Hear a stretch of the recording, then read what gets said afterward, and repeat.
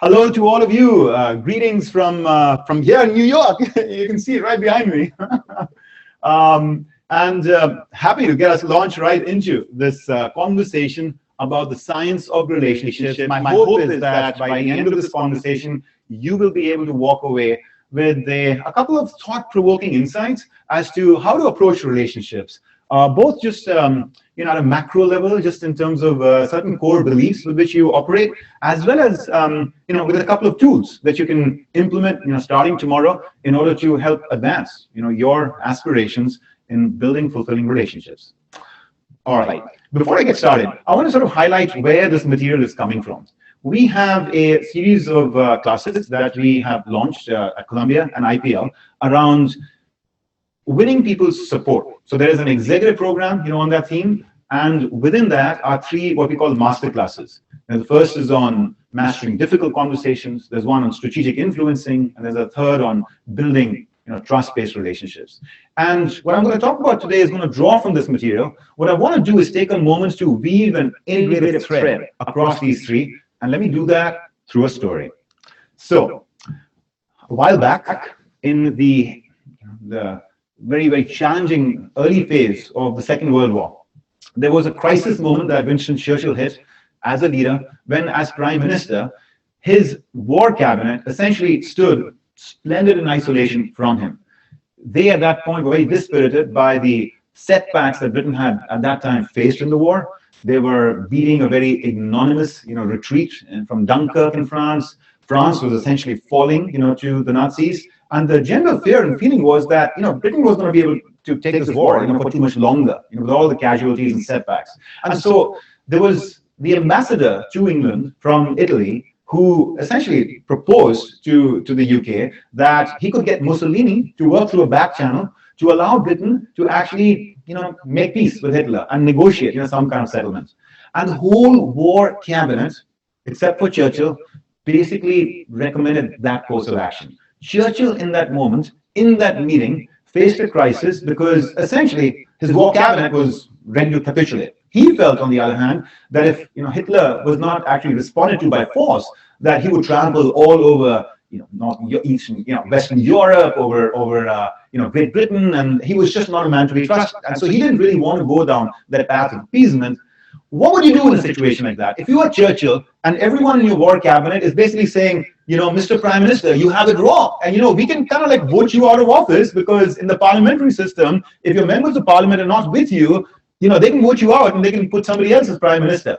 In a situation like that, where you are standing a very different ground from the other members of your cabinet, what would you do, right?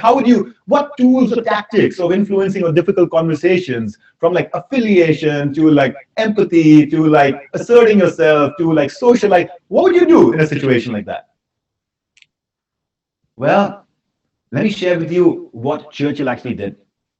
In that moment, he realized he was not in a position to win that battle. And so he zoomed out and he just hit the pause button. And he told the war cabinet, listen, thank you for your ideas. Thank you for your advice.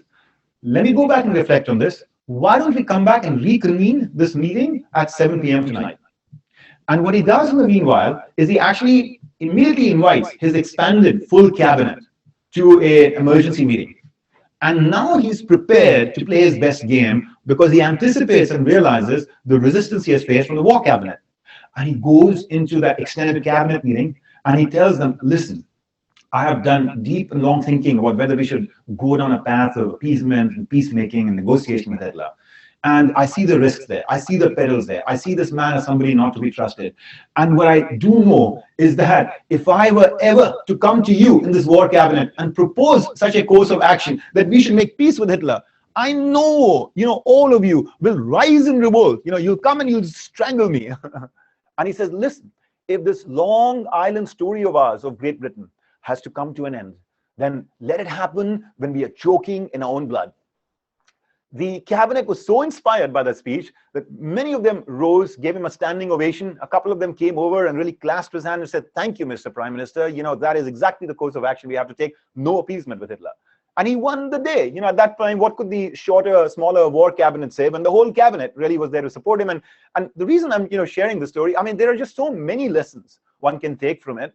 the one that for the moment I want to use to frame this conversation is that, sometimes we get to focus on a very tactical goal that, I must win this round in this conversation. I must get this person to agree with this or accept this or what have you. And that's, that's an important domain for us to cultivate as leaders, that skill and that quality of how to come to winning outcomes in difficult conversations. That's what I call the tactical you. But actually, one of the lessons we learned from that Churchill moment is that rather than keep arguing and debating or capitulating to his war cabinet, sometimes it makes more sense for us to zoom out and seek to influence a system, seek to influence multiple stakeholders, recognize that this conversation is just one step in that journey, that there are multiple touch points, multiple steps, in that chessboard, to get to ultimately allow you to win the war rather than focus on the battle. And the tactical optimization is very important. That's what we train in the difficult conversations, masterclass. But the strategic influencing is very important as well. And that's what we do in the strategic influencing masterclass. One of the insights we get in that masterclass as well on strategic influencing is that at the end of the day, right, when you want to go into a certain project, a certain phase in your career, and actually have significant influence in turning the tide, turning the direction, of your ship, of your team, of your organization in a certain path, one of the things that is tremendously influential there, right, from an influencing standpoint, is just fundamentally, what kind of brand are you, right? And here's one intuitive way of thinking about that. Do you see how, for the colleagues at work, for the people that you know and interact with, when any one of them, right, walks into a meeting, that there is an immediate unconscious impulse that you have to either want to welcome them there, or to feel like, oh, no, not this person, to feel like, they're going to open their mouth and they're just going to talk so much, and then there's going to be just so little of real value there. Or the opposite, which is, I really want to listen to this person, because when they speak, they have very measured words, their thoughts are very, well crafted, and they always speak in the larger interest of the organization and the team. They're always very helpful. So I really want to lean in and listen, and most likely, accept and respect what they're going to say. That, my friends, is your brand. That is the asset of trust that you have built, either positive or negative, either weak or strong. And so one of the things that I counsel and advise the executives that we coach and train, or the students here at Columbia, is that one way to seek to wield more influence in a given project is to really commit yourself to a journey of lifelong evolution and growth in your career, where you are a trusted asset for all the people, because the footprint that you're leaving behind in every interaction with everyone, and the stories that are percolating about you, are the kinds of things that make you already have, in some ways, won the room, even as you're just entering in before you open your mouth, because that's your brand. That's the trust that they have in you. Now, if the first one was the tactical you, the second one was the strategic you, what's this third one? What kind of you is this third one? Why don't you take a minute? I'm going to look at my laptop to see what the chat is going to say about your thoughts on. I put a question mark there, right? For this building trust, this larger footprint, it's not the tactical you. I would say it's not the strategic you. It's the what you. What do you have to say on that?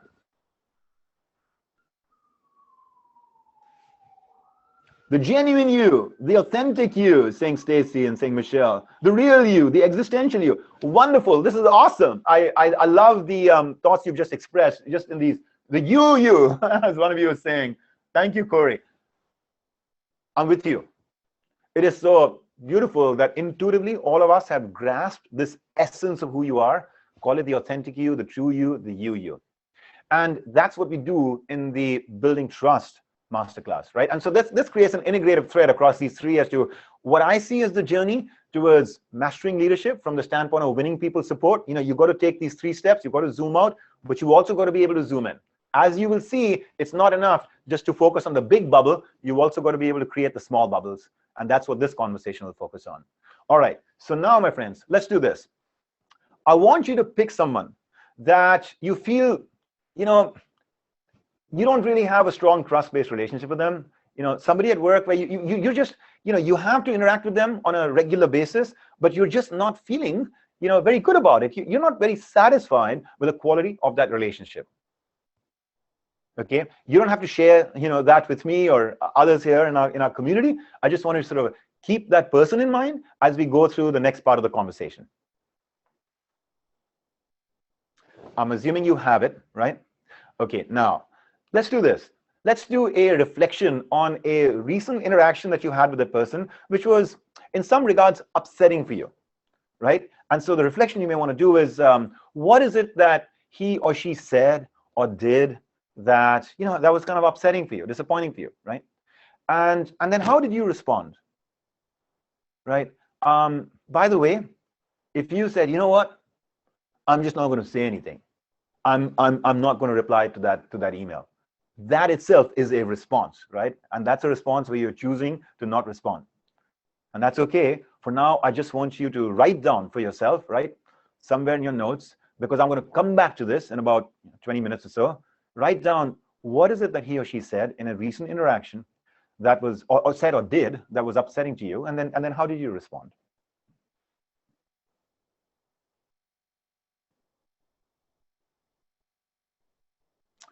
Take 30 seconds more just to get that sort of in a good place, because I'm going to refer to this interaction soon.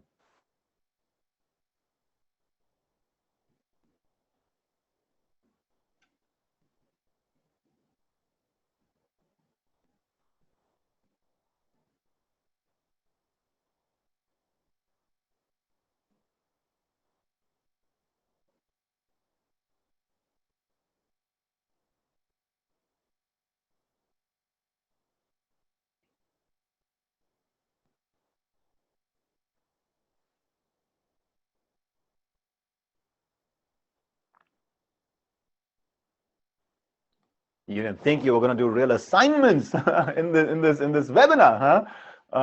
Yeah, I got to put you to task here. Okay, my friends, let's keep moving on then. I would offer that, when you're in a relationship that is not working for you, we have three options. We can either end it, we can accept it, we can end it, or we can improve it, right? And accepting in some situations makes sense, because the cost and the effort of like trying to improve it are just too much. And we all dealt with some rough cards in life, and if that's one of the cards I've been dealt, I should just accept it. Ending it in some cases makes sense, because some issues are just not, like, it's just not worth your time and the effort and the pain that it causes you to actually keep having to like deal with certain kind of behavior or certain kind of outcomes with certain kinds of people. And so you may want to quit that project. You may want to, in some extreme cases, quit that job. You may want to sort of never partner with that person again, or what have you, right?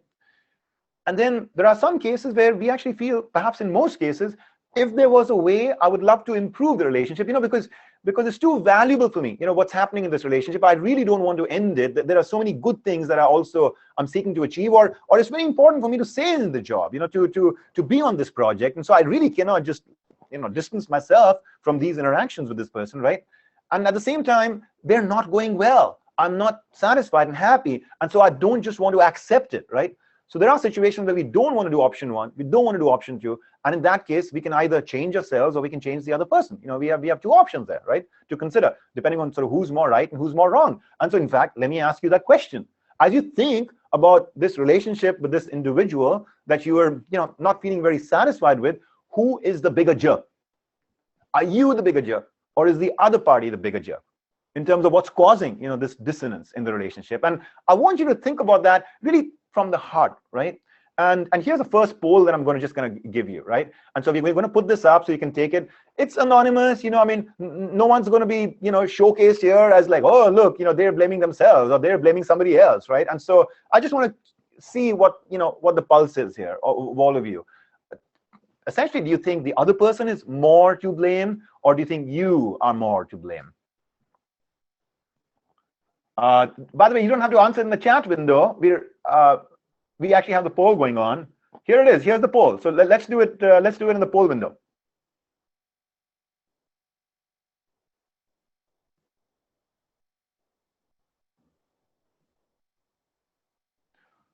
Once we have a few more, we will close the poll. I'll tell you what the distribution looks like.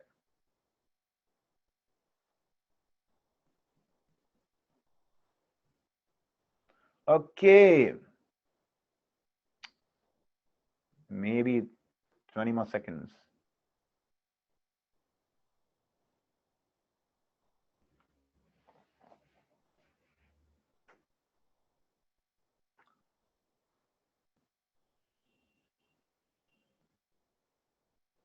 Yeah.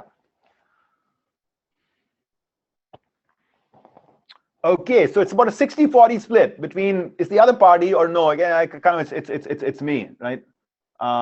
Okay, very good. Let's keep going. So let me ask you this: since a majority of us are blaming the other person more, right, for the situation, what are the costs and what are the benefits of blaming the other person? Let's talk about that. What are the advantages of blaming the other person? In the chat window, share with me how I benefit when I'm kind of oriented towards blaming somebody else for the problems in my relationship with them. I don't have to fix anything. I don't have to take responsibility for my actions, says Avery. It makes me feel better, because like, they're the problem child here, right? It's an easy excuse, again, I don't have to modify anything. Makes me feel better about myself, low sense of ownership. It reduces my sense of guilt. The problem still exists. Okay, we will come back and we'll talk about, the downside of blaming the other person in a couple of minutes. It removes my sense of responsibility. You guys are saying the right thing here. It does remove a sense of responsibility. You feel more light about your own sort of, complicity in this. You don't have to change anything about yourself, which is always hard, let's face it. But I would also say that sometimes, it kind of feels good, doesn't it, to like lament about somebody else.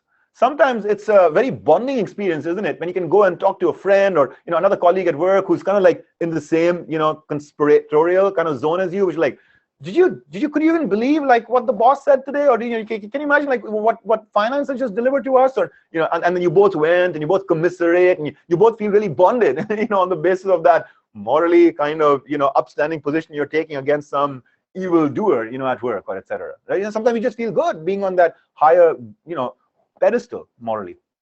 Does that make sense? So there are a lot of advantages. But now let me ask you this: what are the disadvantages of blaming the other person?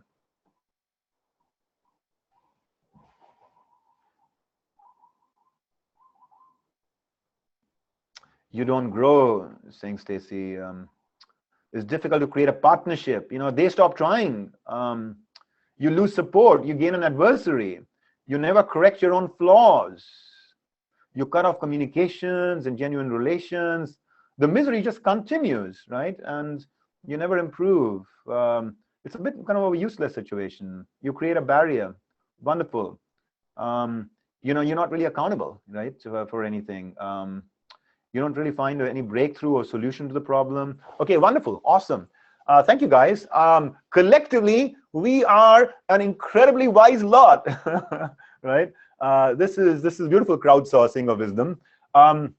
If I had to summarize it based on what I'm just hearing from you, some of you are saying that, look, I don't grow, and so I limit my own possibilities, right? Because I don't gain the self-awareness to take personal responsibility. Some of you are also saying how it can be, it can be stressful when you don't feel in control, because after all, the other person is messing up, then you really can't do much about it, and so you lose that sense of control over the direction of the relationship when you're essentially blaming the other person and can't see what you can do about it.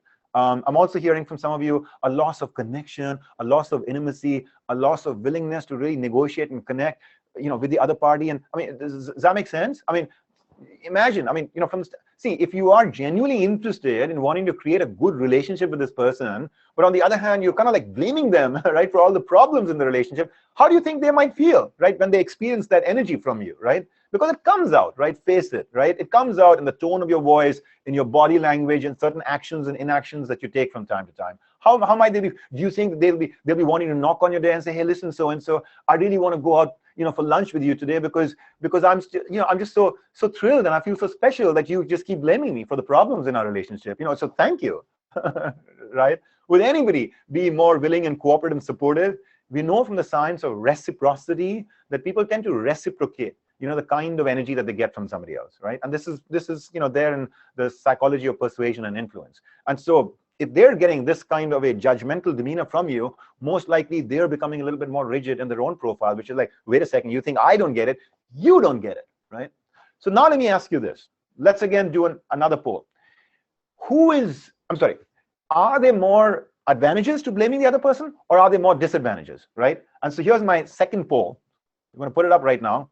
Do the costs of blaming the other person outweigh the benefits, or do the benefits outweigh the costs?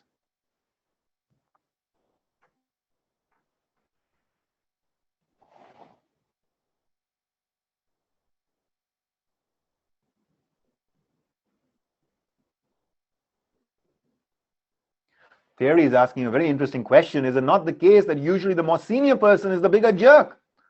So it comes down to the quality of the leader and manager. And the question for us here would be, but if the person in this room here in this webinar is the junior person, i.e. the person you picked as your difficult relationship is somebody more senior to you, well then, you know, what options do you have if they're the bigger jerk, right? So we want to come back and talk more about that. Okay, let's close the poll and see what we get. Okay, a resounding 80% of us are saying that, you know what, the costs of blaming the other person are more than the benefits. So most of us actually think the other person is the bigger jerk, but most of us actually feel like there are more costs to blaming the other person than not. And that's a powerful realization for us to collectively come to, my friends. It's a powerful realization for us to come to, right? And you know, you might say, but hey, okay, if I shouldn't blame the other person, then maybe I need to just kind of take an honest look at myself and I should blame myself, right? What are the disadvantages of turning the switch the other way and blaming your own self? Because if blaming the other person has all those disadvantages, well then maybe blaming yourself is actually the right thing to do, but I'm cautioning us there, right? What are the disadvantages of blaming your own self?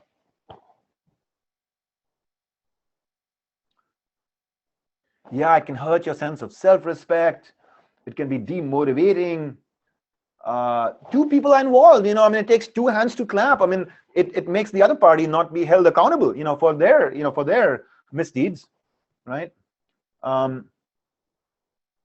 Yeah, you kind of feel bad.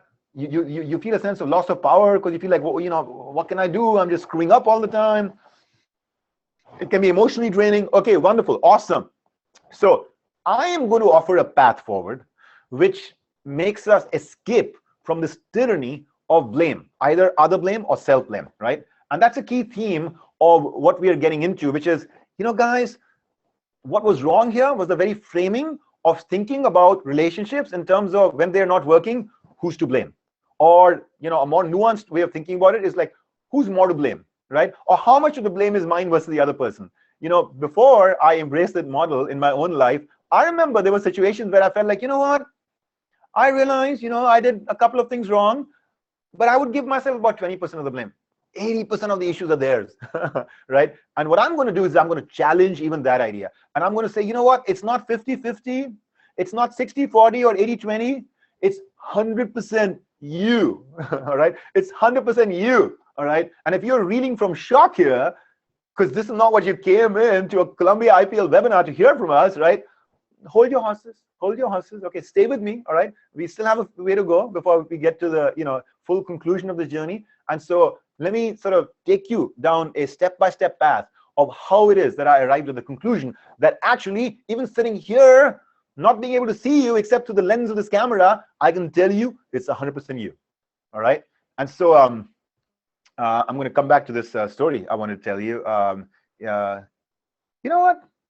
Yeah, no, okay, let me come back to the story. 100% personal responsibility. So here's what I want to share from some of the latest science on relationships. Psychologists, you know, such as John Gottman and others, have been studying relationships under a microscopic lens, particularly marital relationships, but I see that their studies are actually equally applicable in terms of the insights to business relationships as well, right? And so I'm drawing out from some of that body of work done by a number of psychologists over the last couple of decades. And what they find is that, you know, you can roughly describe relationships as either masters, which are people who are in a long-term relationship, two co-founders, two business partners, a subordinate and a boss, etc. You know, you're in a long-term relationship and it's going well. You know, people are actually happy in that relationship. Or then disasters. And these are relationships where one person says, I quit, you know, or they keep like having conflict. They keep having stress every day at work in that, you know, relationship, because although it's an alive relationship, it's not a happy relationship, right? So masters versus disasters. And what you find is that there is one key difference between the masters versus the disasters, right? Actually, I'm sorry. Yeah, I'm going to talk about a couple of key differences. So the one key difference is the ratio of positive versus negative interactions that you have among the masters versus disasters. And what you find is this magic ratio, right? perhaps you've heard of it, that somewhere between 3 to 5 positive interactions for every conflict moment, for every negative interaction among the master relationships. Among the disaster relationships, you actually have a different ratio. So let's look at this ratio. Why do you think it's 5 to 1 and not like 2 to 1? Why would a relationship where there are 2 positive experiences for every negative experience actually be more of a disaster relationship rather than a master relationship?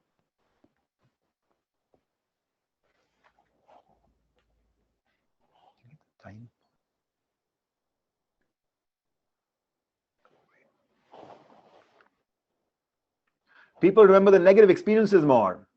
Toxicity is hard to overcome. Negativity has more weight. Yeah. It's harder to recover from. Very good. I think intuitively you get it, my friends. Negative experiences take a more emotional toll on you.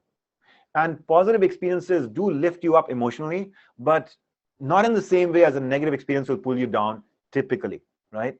And so just think about it, right?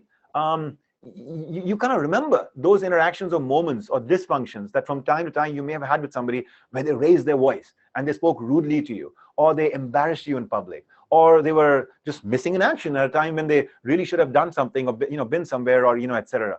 Or they vociferously disagreed with you on something that you just thought was so right and so fair. Does that make sense? Emotionally, it takes a much bigger toll on you when people act in a way that is disappointing and painful versus when they act graceful and humorous and joyful and loving, right? And so that's why it's 5 to 1. But now let me ask you this. Why is it 5 to 1? Why is it not like 5 to 0 or like 1,000 to 1, right? What happens in a relationship if you actually have a large number of positive interactions and very, very few, if any at all, negative interactions? Why is that actually a disaster relationship, not a master relationship? Relationships need boundaries. It's not authentic. There's limited growth. Lacking truth. It's superficial. Perfect. Beautiful. Yeah, absolutely. If, my friends, you are in a relationship where nothing of conflict is happening, all right, red flag, okay? There's something not right in that relationship, right? Because what the research shows is that, people are just such many splendored, multifaceted beings that you put any 2 human beings together, even if they're like soulmates, right? This is the person that, like, obviously, this was a marriage made in heaven. At the end of the day, you put any 2 people together, one of them is likely to have certain aspects of the personality which are in conflict with the other party, certain goals which are in conflict with the other party. One is like super organized, likes to get the presentation done like a week in advance, likes to do 3 dry runs and really kind of like just make sure everything, the videos are working in the presentation, while the other one likes to do it at the last minute, mad scramble, 3 a.m. in the morning, rushing into the meeting because they really like that adrenaline flow they get from just this, improvisation at the very end. And you know who you are, right? You're either the former or you're the latter. But when you come across a person of the opposite kind, it can, it can be a conflict that just kind of never dies, because that aspect of your dynamic may never really fully change, right? And so from that standpoint, my friends, when a relationship is going so perfect that nothing is going wrong, typically it means that one party or the other party is copping out, is in some ways maybe conflict phobic, is not raising issues, is like smiling superficially, but maybe very stressed from within, but they just are not comfortable raising certain issues for discussion or for conflict management, right? And so now if you take that magic ratio, what you find is that given that conflict is inescapable, even in master relationships, what is really critical is how you manage that conflict, right? And so that brings us to that crucible, that tactical inner bubble that I showed you earlier of difficult conversations. How do you interact with somebody when you're actually in severe disagreement with them, right? And if you actually just study those moments of conflict, you will see a big difference between how masters handle it versus how disasters handle it. And one of the big differences is that with masters, they're really able to keep the emotional energy in a relatively balanced kind of band, right? So they don't allow the emotions to get too irritated, too frustrated, too disappointed, too angry, too anxious, what have you. Whereas in disaster relationship, somebody says something or does something, the other person, gets triggered with a certain upsetting emotion. They then speak rudely or don't respond or what have you. Then the other person is now even more, unhappy and painful because like it was your issue in the first place.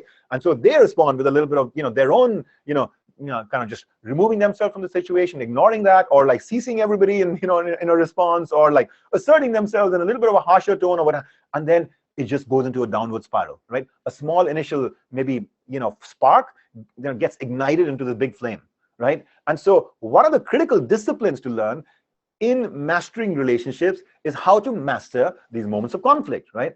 And what I want to do is actually offer you a framework that will allow us to build into this 100% personal responsibility theme that I offered up to you a little while back. And here's that framework.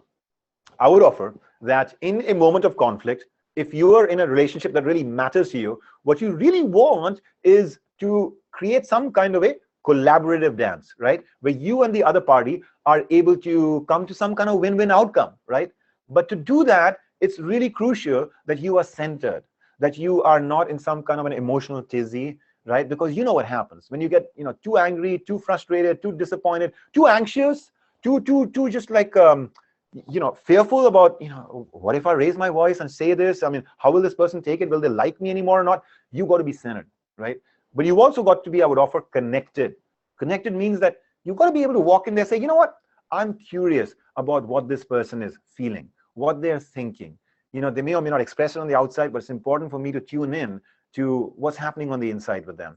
And what their agenda is, what their goals are. What are some facts they know that I don't know? It's important for me not just to come in here and foist my agenda, even if ultimately I know what the right decision is, and that's the one I want to communicate to them. I still should be sensitive a little bit, to their thoughts, to their feelings, to their desire, for respect in this conversation, etc. Right? So you got to be connected with the other party as well. And that, my friends, leads to the following framework for difficult conversations, which is that for a conversation to be going well and to end up at collaboration, you've got to be centered, you've got to be connected. But there's something missing from this equation. What else is missing from this equation?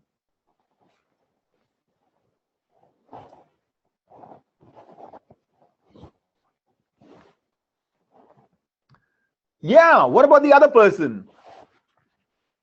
Yeah, so many of you. The other person has got to also be centered and connected, right? Have you been in situations where you were very, you were a pillar of composure, right, and connectedness, but the other person lost it. They were kind of distracted, angry, fearful, they didn't speak up, or they spoke in ways that were very uncomfortable and unfair, or they were very rigid about the position, they weren't interested in yours, or for a variety of reasons. Sometimes it's the other person that messes things up, and you cannot get to collaboration until both people are ready for the dance, right? Now let me ask you this: who is responsible? And that, by the way, is the 4x C rule, that for a difficult conversation to go well, you have to be centered, you have to be connected. The other party has to be centered, they have to be connected as well. Now let me ask you this: who do you think is responsible for having you be centered and you be connected? Is that your mama or your papa? Of course it is you. Now let me ask you this: who's responsible for the other person to be centered and for the other person to be connected? They are. The other person, them. I am. Here we're having a little bit of a tussle. Well, my friends, listen. The other person is not in this room. Unless you're watching this webinar together. You are in this room, right? Do you really want to just like depend on them to change, right? If they're not in this room in the first place, right? And if they do end up being a little bit more anxious, a little bit more angry, or a little bit disconnected from you, you really just want to wait, for life to kind of illuminate them about how they need to put all these best practices, that we are talking about here? Or do you want to take personal ownership and personal responsibility to say, you know what? Ultimately, it's their responsibility to, to be centered and to be connected. But at the minimum, let me try my best to center them. Let me try my best to connect them, because there's so much at stake here in this relationship, in this interaction. And I know that we can get to so much more of a beautiful outcome in terms of collaboration if I am able to get these 4x C rule implemented. If I can have both of us be centered and both of us be connected. And since they're not in this room, I'm just going to do my best to draw the best out of them. And that, my friends, is the 100% personal responsibility equation, which is that you are committed to keeping yourself centered, getting yourself connected with the other party, and then doing your best to have them be centered and doing your best to have them be connected with you. Note that for conditions 3 and 4, I'm merely saying you do your best, because after all, you can't really control them. It's their choice, it's their life. But at the minimum, you can walk out of meetings asking yourself, did I do my best to get them to be in a calm place? Did I do my best to express my voice even when they were otherwise not asking for it, so that I can make sure that they were understanding my feelings, my thoughts, my priorities, my needs, not just theirs, right? And now let's do this. Let's actually, in fact, let me share a story with you to illustrate this, and then I'm going to give you a poll to ask you to reflect on your own interaction, right? So here's a story. There was a research scientist, and she was working in the lab of, and this story I've heard from Dr. David Burns, who's a remarkable exponent of this art and craft of difficult conversations. And he shares a story. He said that there was this scientist, and she was working in the research lab of a senior scientist, and she found the senior scientist to be very moody. On certain days he was very collaborative and loving, and on other days he was extremely, rude and brusque and uncooperative. And she then learned some of the tools and techniques of difficult conversations, like the ones that we do in our program. And after some, real struggle and effort and practice, she finally got to a point where she was really, in a position to, unleash, that really powerful mastery over difficult conversation. She walks into his office, her boss's office, the research lab director, and she says, Dr. So-and-so, did you get a chance to provide your feedback, on that article that I'm writing, co-writing with you for this research we've done over the last 6 months, because we have to present it at this conference at the end of the week. And he was in one of his bad mood days. So he looks at it and says, that draft that you put together, it was so lousy in terms of the writing style. I threw it into the wastebasket, right? And so it's lying in the trash bin there. And here's how she responds. Now, how would you respond in a moment like that, right? And she says, Dr. So-and-so, you are so right. My writing is nowhere close to your lofty standards. In fact, one of the things that really attracted me to apply and come and work here in this lab is the remarkable skill you have of taking complex scientific ideas and expressing them in such an accessible prose. And that's one thing I want to learn from you. Now, even though the writing in that paper was probably not up to the mark, what I can say is that the research we have done over the last 6 months is incredible. The results are really outstanding. It's a breakthrough. We need to go and share it with the scientific community. So can I ask you to mentor me a little bit on the language, to give me the feedback so that I can raise my standards as close as I can to what I really get inspired by from you? And he looks at her and he's like, okay, bring that paper out, and so she goes to the trash bin, brings it out, and he looks at it and he says, cut this line out, this paragraph, let me rewrite it for you, right? Here, these words, I mean, do you see how, and there it is, in his own grudging and kind of gruff way, he was starting to coach her. They went ahead and presented that paper, at the end of the week, and it went really well for them. So that, my friends, was an example of somebody who was actually a subordinate taking 100% personal responsibility to get the outcome to come to a good place. And so now let me ask you this. In that, you remember in the beginning, I asked you to find an upsetting interaction that you had with somebody? In that interaction with this individual that you're in an unhappy relationship with, so in that interaction, I asked you, what did he or she say or do that was upsetting to you? And then how did you respond? So in your response, I want you to assess yourself now. Were you centered in your response, in choosing your response? Were you keenly connected with them in seeking to understand their feelings, their thoughts, their values, their imperatives, their motivations? Did you do your best to center them? And did you do your best to have them be connected with you? All right. On this, you could score yourself anywhere from a 0 if you didn't meet any of these 4 conditions, all the way up to a 4 if you met all 4 of these conditions. And so we're now going to do a poll where I'm asking you to score yourself on a 0 to 4 scale.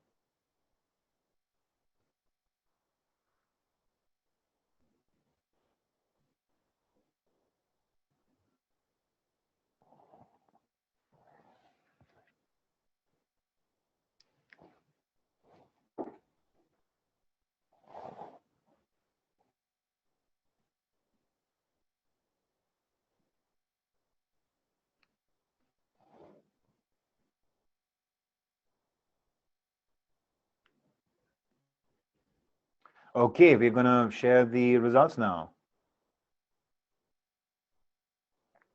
Yeah, okay. So about 95% of you are giving yourself a score of less than 4. Most of you are giving yourself a score of 2, about 45%, and about 6 of you are actually giving yourself a score. I'm sorry, 6% of you are giving yourself a score of 4 and 4. Now, for those of you who are in 4 and 4, incredible, right? I am sure that in our midst are some masters at relationships. And at the same time, for those of us who are giving ourselves a score of less than 4, to me, that's good news. It's good news, my friends, because it means that here's a relationship that matters to you. That I'm assuming, you'd like to get it to a good place. Here's a relationship that is actually not going well. Here's a relationship that most of you started this conversation by saying, look, I blame the other party. They're the bigger jerk. And yet, what we are realizing is, as soon as we walk away from the tyranny of that frame of how much is they to blame, how much am I to blame, you walk away from that, you come to a place of realization that, what, I am not right now playing my best game. Because if I follow this 100% personal responsibility framework, then it means I still have some more work to do so that I can consistently deliver a 4x4 in all my interactions with this person, right? And that to me is the good news, because it means that without waiting for them to change, even though they might be, who knows, they might be the bigger jerk, but without waiting for them to change, you can seek to rise to your higher potential so that you can bring out the best in them as well. And isn't that what all great leaders do, right? Great leadership, my friends, is about not just drawing out the best in yourself, but also the best in others and the best in situations. And that's what I call personal leadership. It's about drawing out the best in others, the best in yourself, the best in situations, in the pursuit of some positive common purpose. All right. And that is the core of what is it that I wanted to lay out as our offering for you today. When I was thinking about this larger frame, though, of moving from just difficult conversations all the way into just the everyday, authentic, real you, I wanted to give you one more kind of little nugget of insight, right, that is coming out from this research on relationships, on how to be more trusted, by people. And so what I'm going to do next is actually show you a video, right? This video, I'm going to show it to you for 2 reasons. One is because we'll just get a kick out of doing this little interaction with each other. And the other reason I'm showing you this video is because I want to give you a flavor for the kind of experience you get as a learner in one of our programs, right? Whether you're considering this for yourself, whether you are considering this for your team or for your organization, our training on a whole range of different personal leadership themes and topics, as offered through, for example, our online programs. This video will just give you an example of the kind of journey that we take people through, the kind of user experience, the learner experience that you have in taking a class like this. All right, and so let's share this video with you. Before I show you this next segment of the conversation with us, let me invite you into another role play. Right, let's watch this and we'll come back and talk some more. Henry, good to see you. Yeah, I'm so glad we could meet. Me too. So this is the deck that we've prepared that we're going to share with the senior client tomorrow. I wanted you to take a few minutes to review it. Should I walk you through it, or do you want a few minutes to look at it on your own? Let's go through it together. Okay. Yeah, these graphics, excellent. The colors are right. Yeah, I agree. That's the right demographic we want. Wow, that's a great photograph. That's Machu Picchu, right? Mm-hmm. Yeah, I don't think even my wife could take a photo that good, and she's good. Yeah, we worked hard on the setting up this for the client, and I'm really hoping that the demographics that you recommended, they'll really hit the way I think they will. Yeah. Sure. Okay. Yeah. Let's move on to market sizing. Yeah.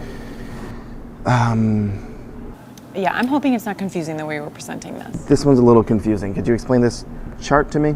Sure. So what happened there? If you're looking at it from the vantage point of the gentleman, can you critique, her actions, the actions of his colleague? How is she doing in this role play from the standpoint of trust-building behaviors? What did you like, and what could she have done differently and better? So, my friends, when we do this interaction in our online classroom, you will see me ask questions like this, share role plays and examples like this, and then you will get a chance to essentially type in the online learning classroom and share and learn from each other and from the discussion, much as I come back then in the next video and I share my post-mortem on what actually happened here. So in the present case, for example, just to cut to the chase, right? what is something that the person in this video, she missed doing from the standpoint of trust building? There was a unique moment in that interaction where she missed doing something which was just a missed opportunity to create more trust, with each other.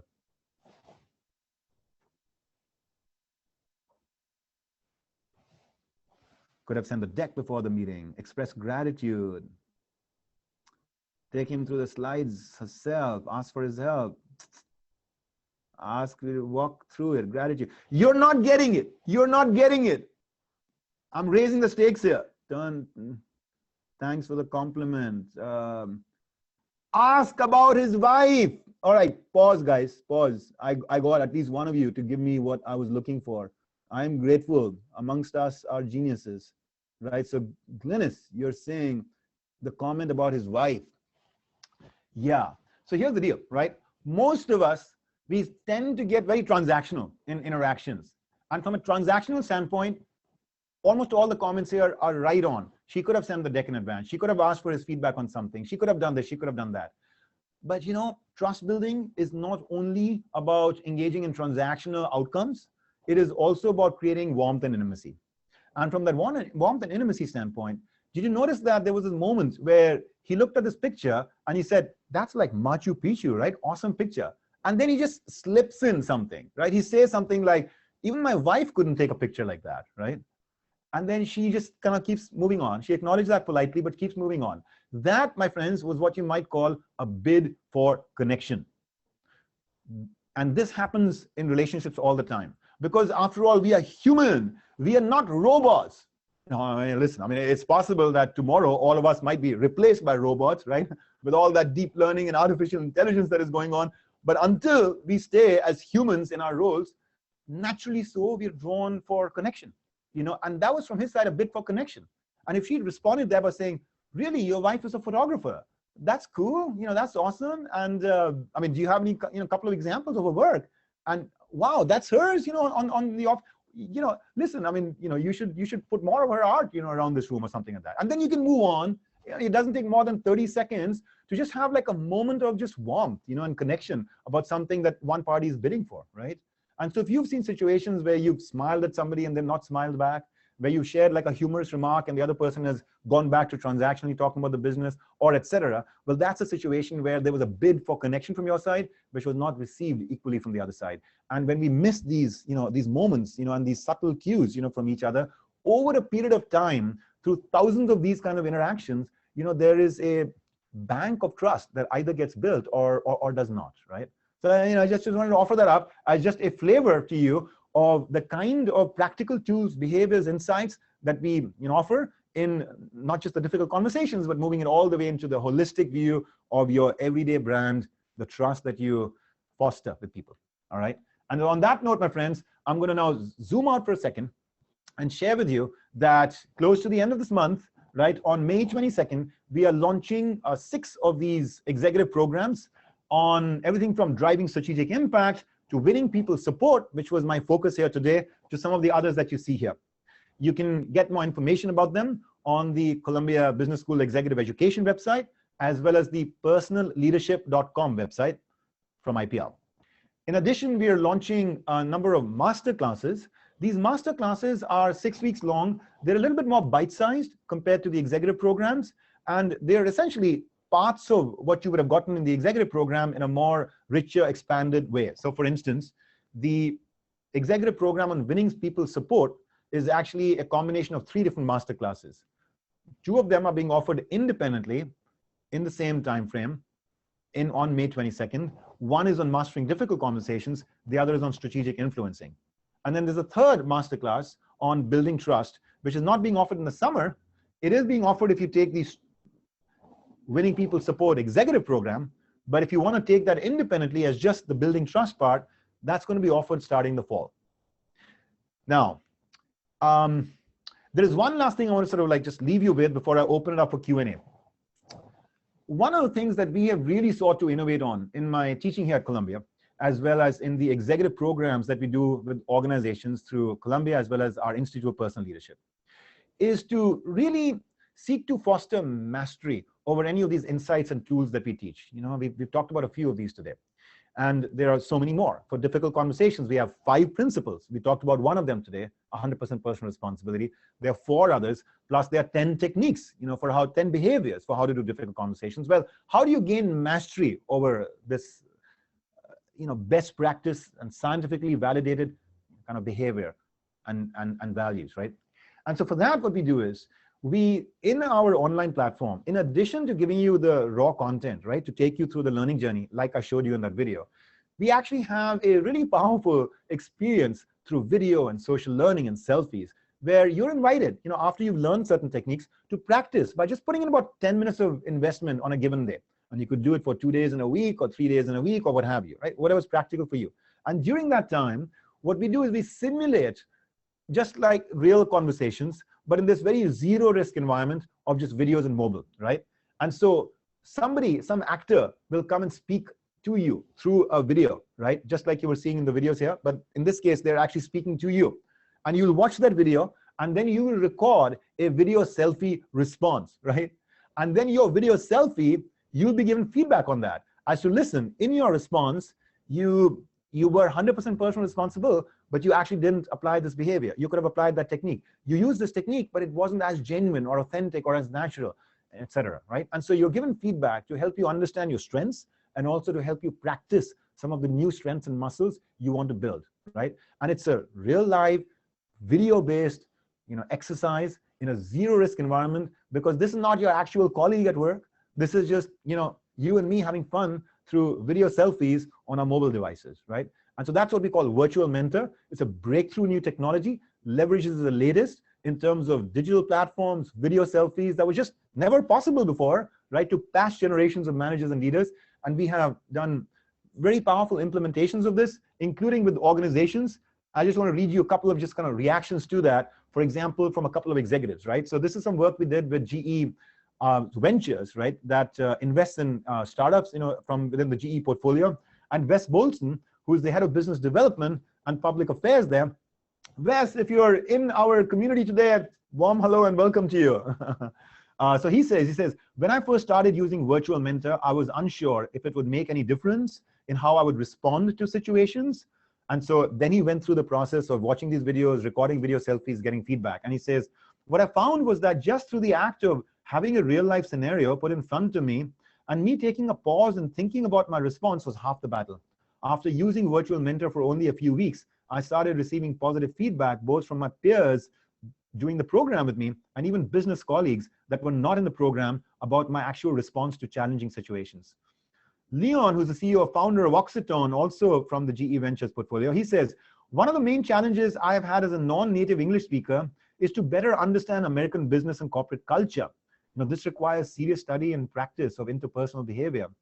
Through its simulations of various aspects of corporate life, followed by the feedback and evaluation, Virtual Mentor has helped me dramatically improve my personal leadership qualities and interpersonal communication. I have validated my new skills within our startup company, and the results have been stunning. The quality of the teamwork has dramatically improved. Yeah, I just wanted to share that too. I mean, we are breaking new ground. For some of you, it's going to be like, whoa, you know, recording my own video selfie. But it's in a protected, safe environment. 3 people get to watch it. They give you feedback. You get to watch some other people give them feedback. You get to see the best practice examples in the community as well. And that's it. Then you go back into your real life and benefit from all the mastery pursuits that you've done here, right? And so that's a unique part of the online platform as well. And on that note, my friends, let me pause and turn it back to Nate so that he can invite you to communicate and have a dialogue in the last few minutes about what's on your mind. All right, thank you so much, Professor Wadhwa. We're getting some questions submitted here now. First one from Josephine. How do you engage in a connected and centered manner with a junior colleague without seeming demeaning? Yeah, it's a great question in 2 parts. You know, the first part is like, how do you do it, right? And then the other is, not coming across as demeaning, right? Especially if you've got something, let's say, critical to say, right, about something that is, not going right about their work and the performance and all that, right? So we go into it in a lot more richness in our class on difficult conversations. In fact, we've created another class on giving effective feedback. and one on coaching from the inside out. So one thing I encourage you is, if you want to take a deeper dive into these topics, to consider those classes. The one giving effective feedback and coaching from the inside out are part of an executive program on, I think it's changing and developing people. I could be off in my, my title there, but roughly around changing and developing people. I think that's the one where you'll find more richness to this. But just, in a nutshell, there are ways where you can communicate bitter pills to people, but do it with warmth, do it with grace, do it, in a way that comes across to the other person that, you know what, I care for you, and that's why I'm giving you this bit of medicine. And the practical breakdown of that into specific techniques, that's what I invite you to kind of, take the program for. But for now, let me sort of close this response with a quote from Lincoln. Lincoln, he once said, Abraham Lincoln, right? He once said, he said, he has a right to criticize who has a heart to care. So if you do it from a spirit of caring, you'll be amazed at how much candor and openness you can create in a way that does not make the other person feel demeaned. Thank you so much. Our next question comes from Midhu, who says that very often difficult topics are discussed by mail when you're in different continents and no meeting is possible. What is some advice when things go wrong over mail? It's an excellent question again as well, especially for our modern besieged times, right? Where there's so little of actual interpersonal touch that you're having with people. Well, I think with mail, you have to be extra attentive, right, to the fact that there is a risk that either or both of you are going to jump to conclusions, are going to mind read. And these are, by the way, mental distortions that we talk about in our program on mastering emotions. It's one of our more really powerful inner transformation journeys that we take people through on emotional mastery. And we talk about some of these distortions in the way people think. And so when mind reading happens, people just assume that, listen, if you wrote back to me like, this is okay, wait a second, I wrote this loving, thoughtful, rich email to you to ask you for input and thoughts and your reactions to this, and you wrote back like, this is okay. So does that mean like you don't care? Does that mean like you're angry because it's such a brusque, there's no emoji, there's no other kind of, and so, so I think what we have to do when we are communicating by email is anticipate the kind of confusion, the kind of, unknown sort of quantities the other party might be feeling about our thoughts and a reaction. And we also have to check our own impulse to judge them on the basis of some quick response we got from them, because who knows, they might be rushing into the subway at that time. Who knows, they didn't, they were saying it with a certain intention, but the words were just, just written stuff that you just read and you just drew your own conclusions from. So we have to be very mindful that we do not fall for these distortions, and we have to be equally mindful that when we communicate from our side, we might over-communicate a little bit in terms of expressing in certain adjectives and words, so that the other party gets the real sense of what is it that you're really offering or asking or proposing. Now, of course, in some of these situations, it's best not even to communicate, by email.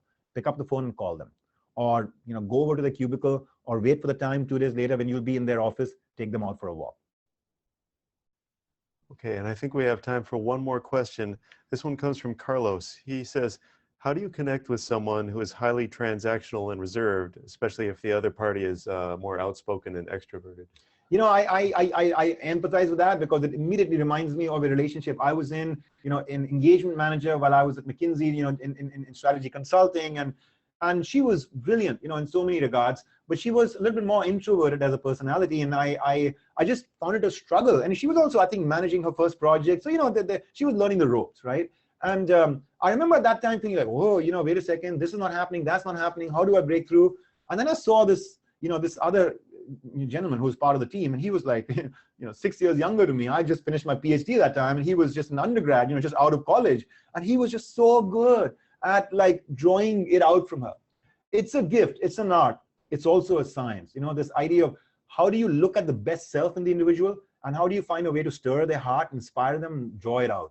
And even with people I would offer who are otherwise instinctually more on the introverted side or quiet side or reserved side or not as engaged or something, understanding their passions, understanding what makes them tick, observing when is it that they actually break off into a smile, what are the kinds of things that really drive them to a good place of expressiveness, will allow you over a period of time, through running some experiments, capturing some observations, looking at other people and what energy they're able to actually draw out from this person, best practices that you've seen from others, that will guide you towards maybe, the answer to that puzzle, right? Think of people as these puzzles waiting to be solved, right? And then apply any or all of the machinery that we talk about in some of our classes to help you, experiment your way into a good place. Okay, and I think that's all the time we have for today. Thank you so much to Professor Wadhwa for the insights into personal leadership and relationships. And thank you so much to the audience for joining us. Make sure to check the ExecEd homepage for more upcoming webinars. And thanks again. We look forward to seeing you next time. Thank you, Nate. Real pleasure to be with all of you. Come back and join us again on one of my other colleagues' webinars, very soon. And stay in touch. If you want to write to me, my email is just hitendra.wadhwa@personalleadership.com. I welcome any thoughts and reactions you have to our conversation today. Again, that's just hitendra.wadhwa@personalleadership.com. Thank you for joining us. All the best in your journey in life and leadership, particularly around this idea of applying the science of relationships.